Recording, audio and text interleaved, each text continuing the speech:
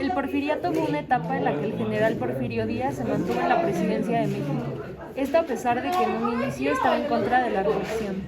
Posteriormente, él mismo se reeligió varias veces e impuso un gobierno autoritario que no soportaba la crítica o el cuestionamiento.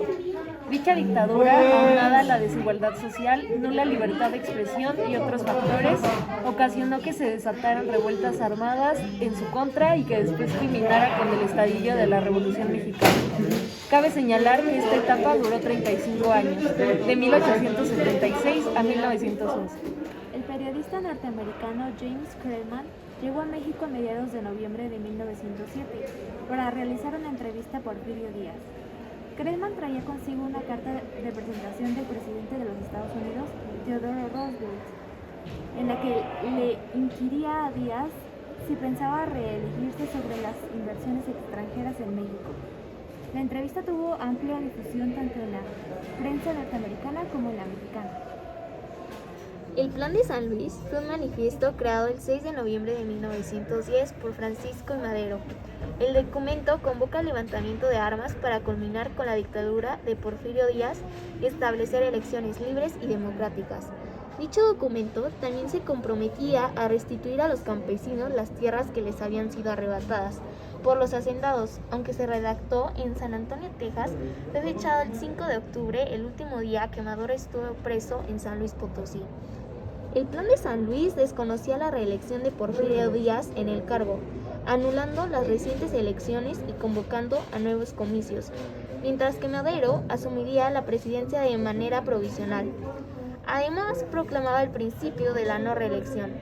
La fecha para dar inicio al levantamiento fue designada para el 20 de noviembre de 1910 a las 6 de la tarde. Fue llamado por el historiador de la Revolución Mexicana, John Guzmán, la Sagrada Escritura de los Zapatistas, escrito por Emiliano Zapata y Otilio Montaño, y firmado el 25 de noviembre de 1911. El Plan de Ayala fue programado en Ayala, Morelos, el 28 de noviembre del mismo año. Es el manifiesto de la Revolución Zapatista tras su ruptura con el iniciador de la Revolución, Francisco I. Madero. Además de condenar la traición del más conciliador Madero, el Plan de Ayala expone los objetivos de la rebelión agraria de los zapatistas: restitución de las tierras usurpadas a los pueblos durante el porfiriato y reparto agrario por parte de las tierras de los grandes hacendados. Previa indemnización. Los campesinos zapatistas basados en el estado de Morelos, en el sur del país, reclamarían estos derechos con las armas, continuando la rebelión iniciada pero no concluida por Madero. El 9 de febrero de 1913, un golpe de Estado contra Francisco I. Madero terminaría en tragedia nacional.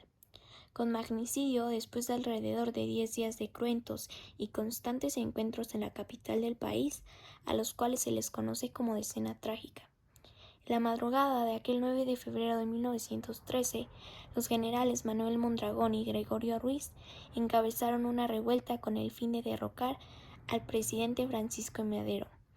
Vencerían tristemente tras casi 10 días de enfrentamientos en la Ciudad de México, cuando el 18 de febrero Aureliano Blanquet, otro cómplice, haría prisioneros al presidente Madero y al vicepresidente José María Pino Suárez en Palacio Nacional. La convención asumió la soberanía. Decidió hacer a un lado a los tres principales caudillos, Carranza, Villa y Zapata.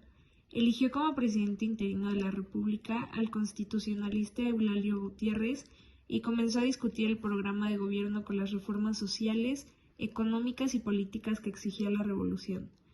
Sin embargo, la convención fracasó y se fracturó cuando el primer jefe no reconoció la soberanía de la Asamblea ni las decisiones que tomó al destruirlo. Se reunió en la ciudad de Aguascalientes el 10 de octubre de 1914. Asistieron representantes del constitucionalismo y del villismo. El 27 de ese mes se incorporaron los zapatistas. Fue la asamblea más representativa de la revolución. El 4 de octubre de 1824 entró en vigor la primera Constitución Federal de los Estados Unidos mexicanos, siendo este un documento de carácter jurídico y político que estableció el sistema político federal y tuvo como fin principal el de declarar el carácter independiente de México como país. La creación de esta Constitución Federal se dio tiempo después de concluirlo el primer imperio mexicano, de Agustín de Iturbide, y que México se declarara una nación independiente. Entonces se estableció un gobierno provisional que convocó a un Congreso Constituyente. Se reunió el 5 de noviembre de 1823 y 2 días después, el 7 de noviembre, celebró su instalación solemne.